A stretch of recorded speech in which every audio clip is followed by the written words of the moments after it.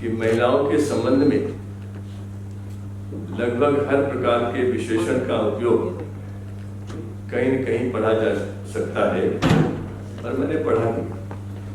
फिर भी समस्या क्यों बनी हुई, शायद इसी पर विचार हो।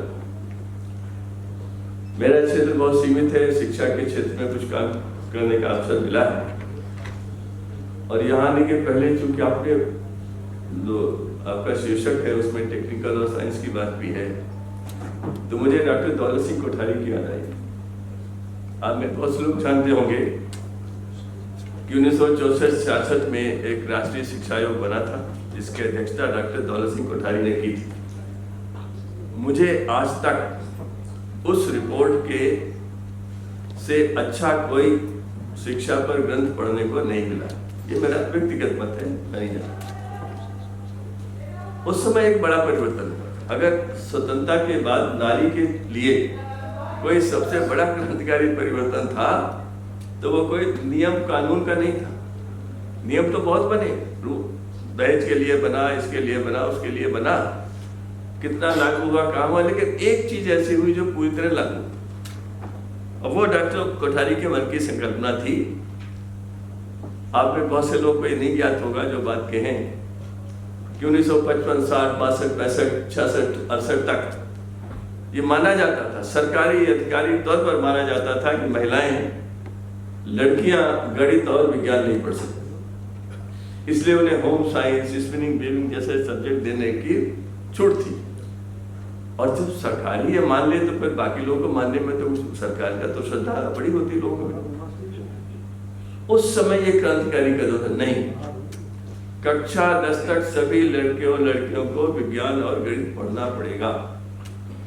इस पर विचार करिएगा, न हो तो डॉक्यूमेंट को देखिए। लाखों लड़कियों को के जीवन में इससे उजाला हुआ, समझ बढ़ी, और उन्हें अवसर मिला ये सिद्ध करने का कि वे लड़कों से पीछे नहीं। ऐसा कोई क्षेत्र नहीं बचा।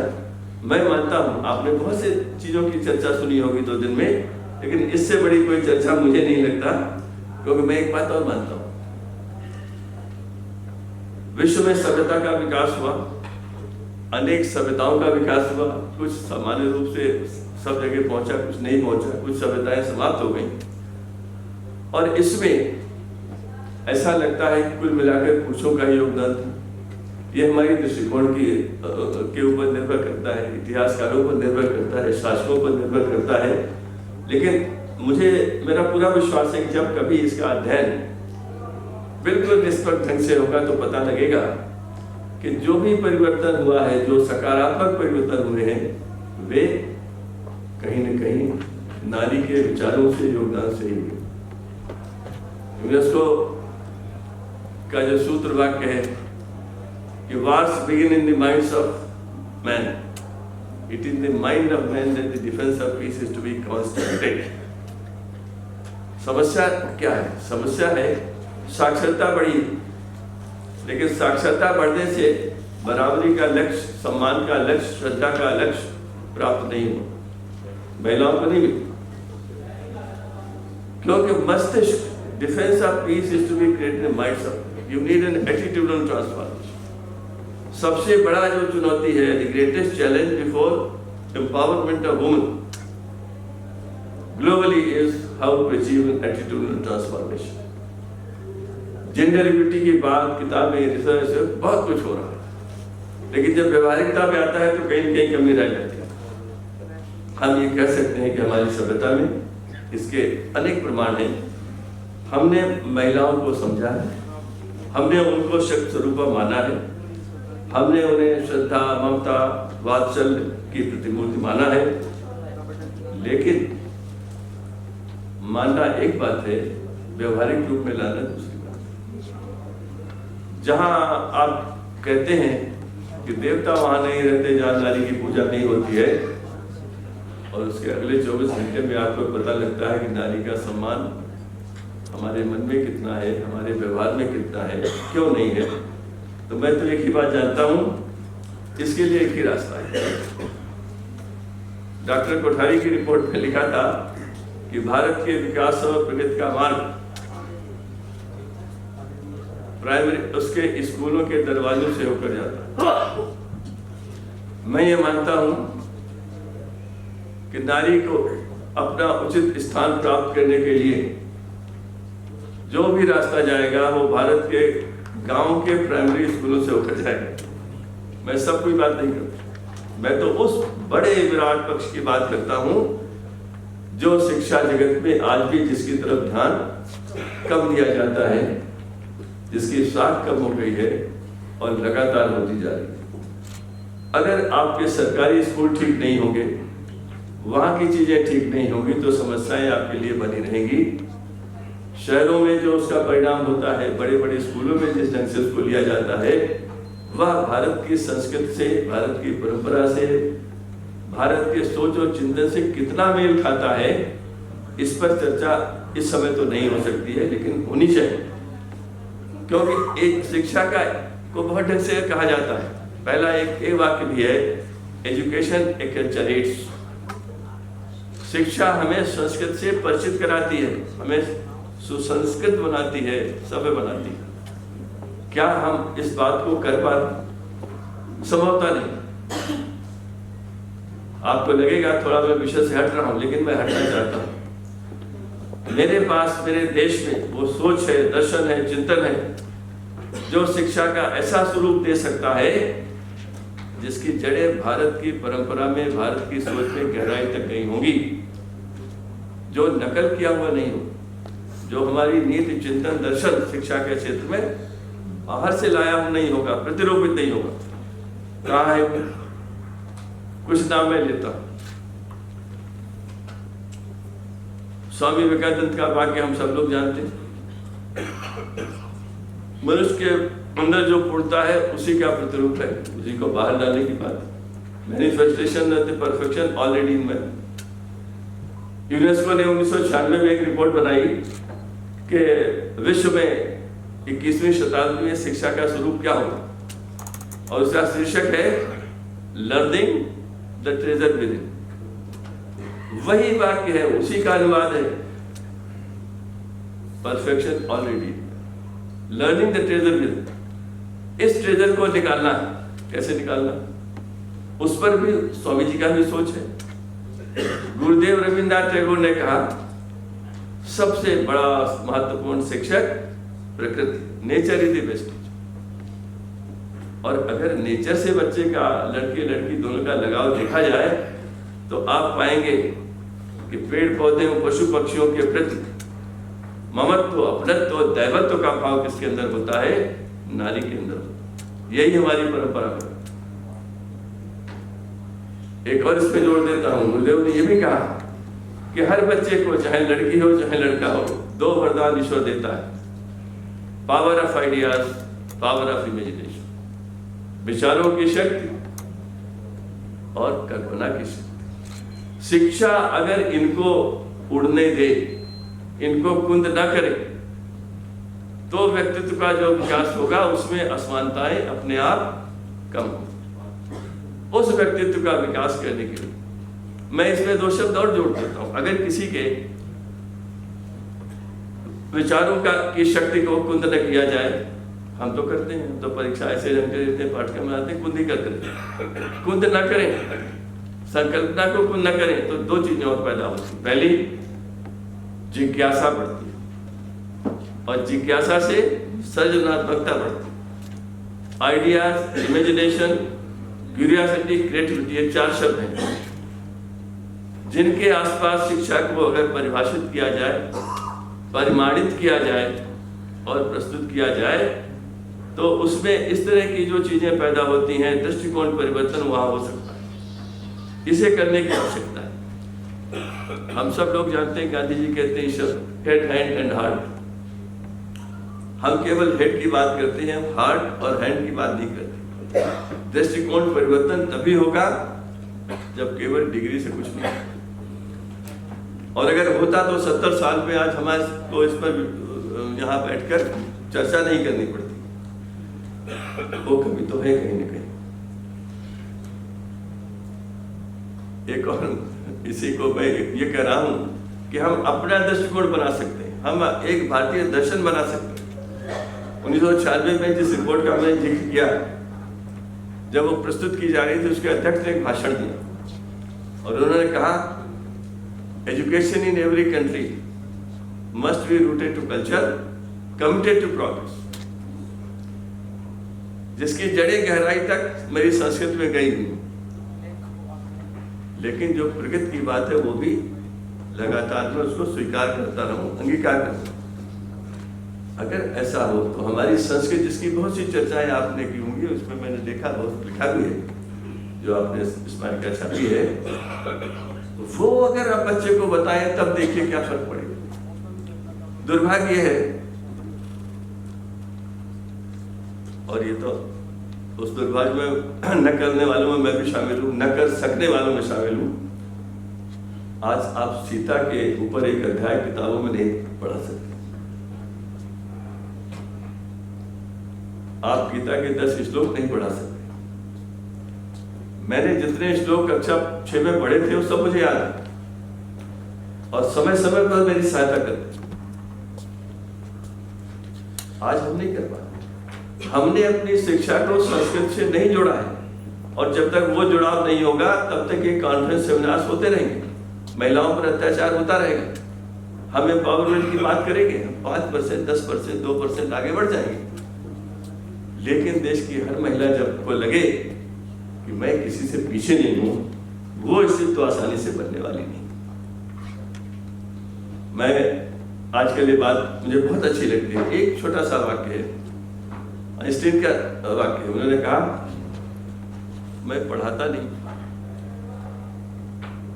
मैं सीखने का वातावरण पैदा कर देता हूं अपने विद्यार्थी। I do not teach, I create learning environment. 5-6 शब्द। I don't teach, I create a learning environment. Teaching environment नहीं, लर्निंग।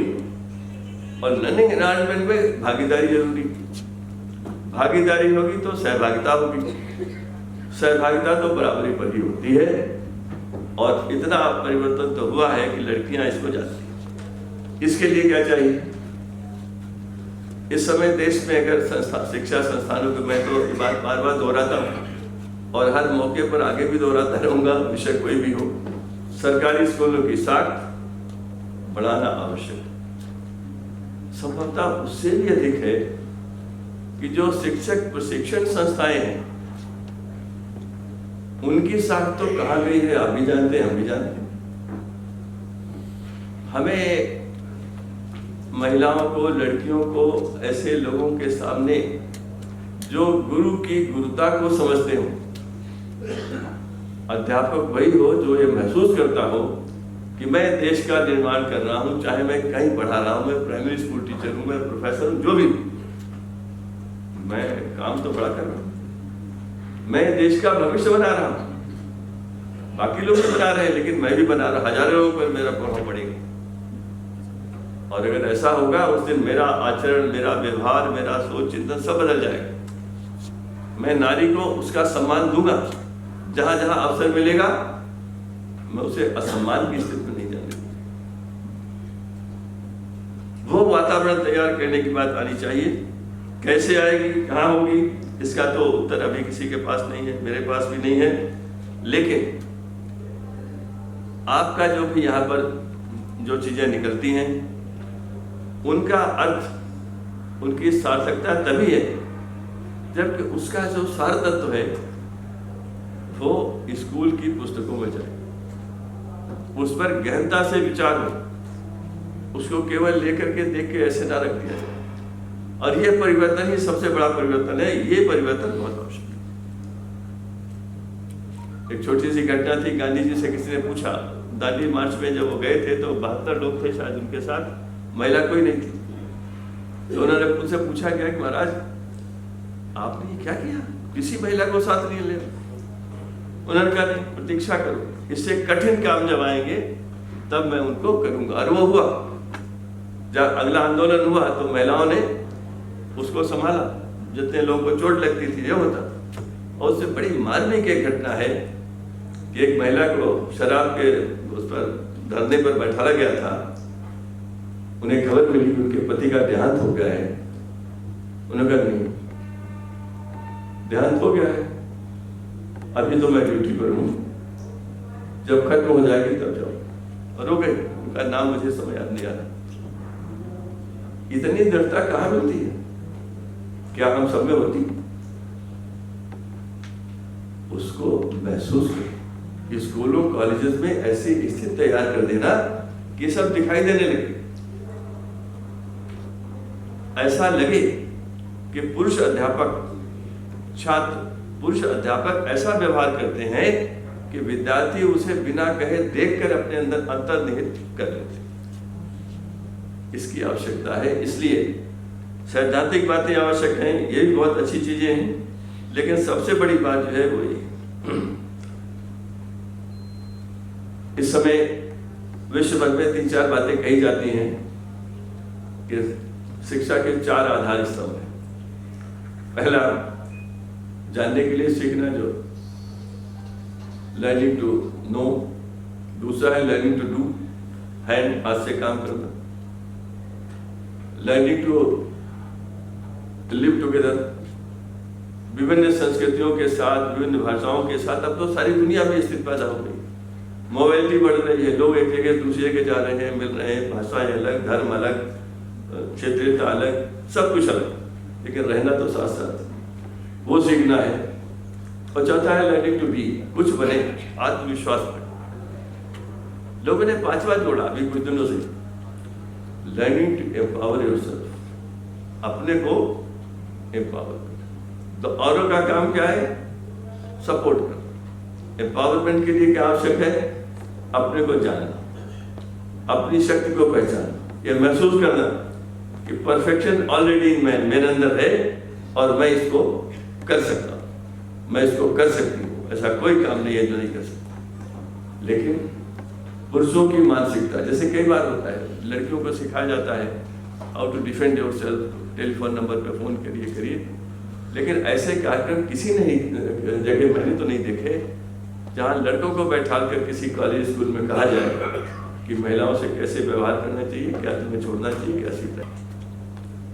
एम्पावरमेंट का एक ही तरीका है, वो शिक्षा।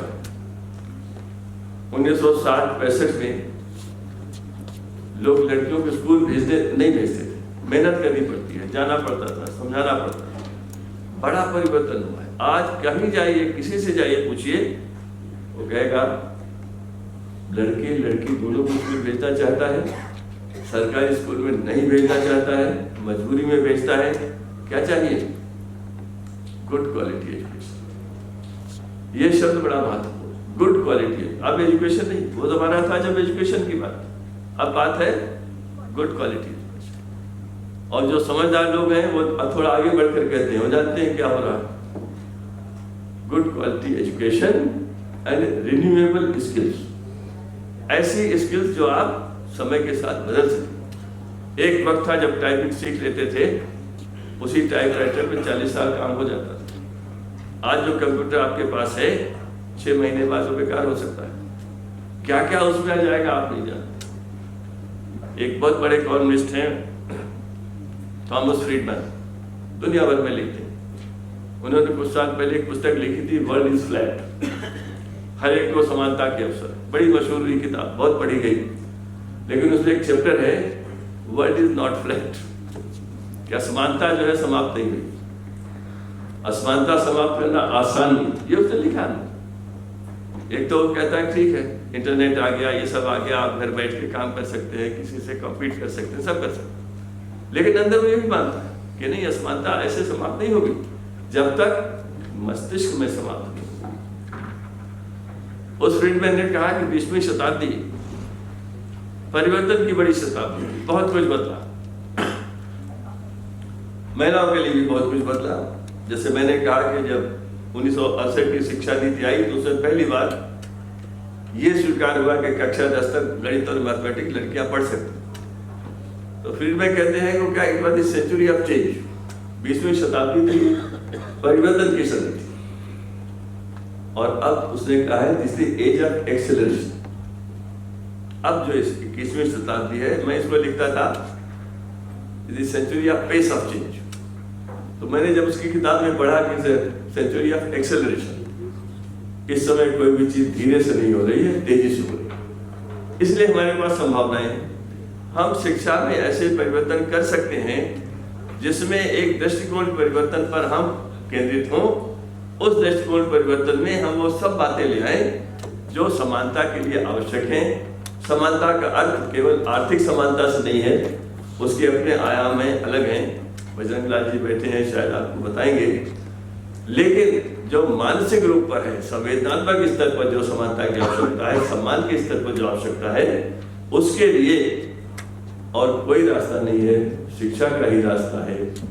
शिक्षा का ही रास्ता आपको देखना पड़ेगा कि क्या ये सही रास्ता है, क्या ये रास्ता मेरी देश की संस्कृति को अपने में आत्मसात करता है या नहीं करता है। क्या मेरे अंदर इतना साहस है कि मैं कह सकूं कि मेरे समाज में अधिकांश ऐसी चीजें जो पैदा हुई हैं वो इसलिए हुई हैं क्योंकि हम अपनी संस्कृति से, अपनी ज्ञान अर्जन की परंपरा से अपरिचित हो गए, हमें रोक दिया गया है। उस पर विचार होगा, उस विचार विमर्श में ये पक्ष भी आएगा, अन्य भी आएंगे, और तभी हम आगे बढ़ेंगे। इसलिए हम तटस्थ नहीं रह सकते। हम ये नहीं कह सकते कि ये फलाने करेंगे या ये सरकार करेगी। जो तटस्थ है समय लिखेगा उनका भी इतिहास। इसलिए तटस्थ मत रहिए, कुछ न कुछ करिए। कहीं असम्मान हो रहा हो तो बोलिए। आप शिक्षा से जुड़े लोग हैं, कभी 2-4 सेमिनार करिए, देखिए लड़कों में दृष्टिकोण परिवर्तन का प्रयास करके देखिए होता है क्या। उनके अंदर एक भावना पैदा करिए कि ये कितना तुच्छ कार्य है महिलाओं का सम्मान न करना। यहाँ से शुरू करिए, फिर सैद्धांतिक ऊपर बड़ी बड़ी बातें करिए। प्रारंभ यहाँ से हो जाए तो स्थिति बदलेगी, और बदलने का रास्ता एक ही है, शिक्षा के, स्कूलों के, कॉलेजों के दरवाजे से ही परिवर्तन होगा।